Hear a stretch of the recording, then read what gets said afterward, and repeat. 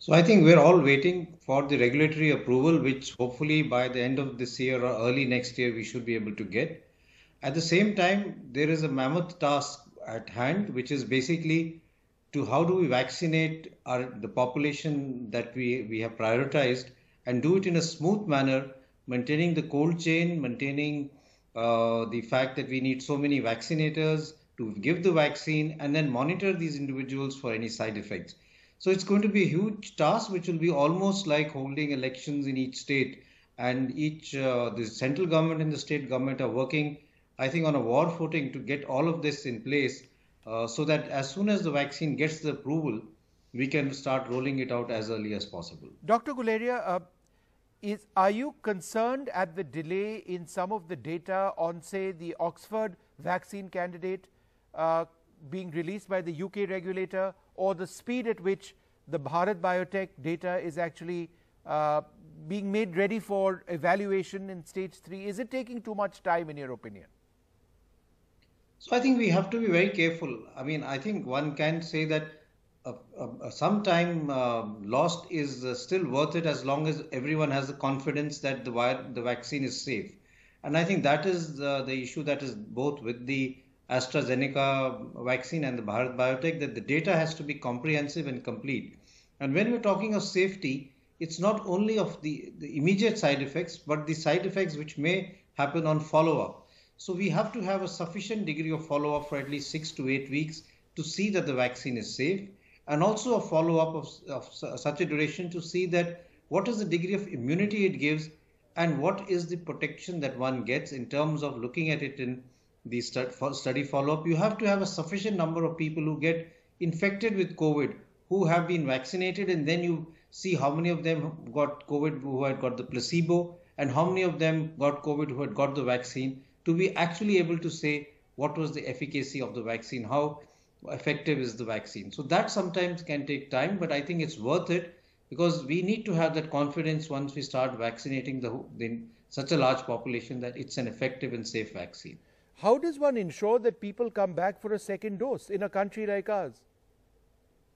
So I think that is being looked at by a digital platform. The government is already has the CoWIN digital CoWIN it's platform, which called, will right? Yeah. look at that people are informed, and once they get the first dose, they're automatically told when the second dose is due, and it is followed up to make sure that they are reminded that they have to come back for the second dose. What is the preparation that we have in place to ensure that people who do have an adverse effect are looked after? So that is another important issue, and that I think is something that is being done, because remember, this whatever vaccine we get, we'll get an emergency use authorization.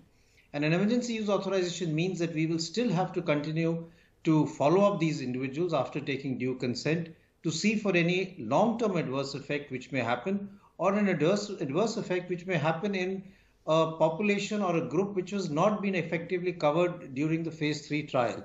And therefore, all individuals will be given some sort of information about the side effects that can happen. And if they have any side effects, there would be a central monitoring area where they can contact either through a telephone number or through an SMS message for any side effects that they have, which can then be monitored.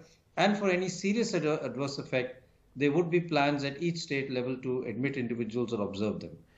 One final question, Dr. Guleria. By when can the large amount of Indians who need to be vaccinated be vaccinated? Assuming, for example, and let's start with the month of January when doctors like you, healthcare workers, get the injection, right? Starting from then, when will all of us in India, obviously children don't get it immediately, when will the rest of us in India, I'm not saying everybody gets it, but whoever is supposed to get it, by when would they get it? So I think the answer to that question is depending on what are we trying to achieve. And what we're trying to achieve are two things.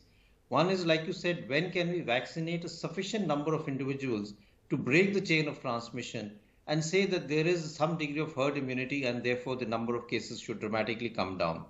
And the second is vaccinate those who are at high risk so that our mortality comes down to a very low level. The second part will be easy because we are starting with vaccinating the frontline workers, the healthcare workers who have a higher chance of getting the infection. and those who are above the age of 50 and have comorbidities. That will itself take a number of months. I would say at least about 4 to 6 months at least.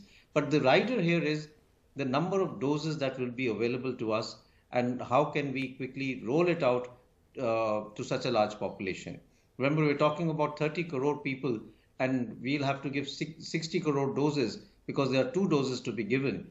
And we need to work on that strategy so that if we are going to give a vaccine to 30 crore people and we need 60 crore doses, we need that many syringes, we need that many needles, and we have to do it over a period of about 6 months. After that, I think we will be able to start vaccinating the other group. But I'm very hopeful that in the next 6 months, we will have two things. One is we will have sufficient degree of individuals who have got infected and recovered and have some degree of immunity, and the vaccine itself will also provide some degree of immunity so as to break the chain of transmission and bring down our mortality. That's really important. So 6 months after the process of administering the drug takes place, on the basis of injecting frontline workers, doctors, those with comorbidities above 50 and below 50, you should be in a position in 6 months to break that chain of transmission, right? In other words, those who get it later are relatively safer, relatively. Correct. And therefore, I'm not saying that COVID will go away within 6 months. No, COVID right. will stay for quite some time, but we will be in a much better position to say that we are now back to a near normal. A lot of normal life will start coming back to what it was in the pre-COVID era. But I think we will have to wait for maybe a year or so before we can say that, yes, we have now really gone to what we call a post-pandemic phase. Always a pleasure to speak to you, Dr. Guleria. Thank you very much for speaking to us. I think that timeline is very interesting. It's something we need to keep in mind. Out of time on Left, Right and Centre. Do stay tuned.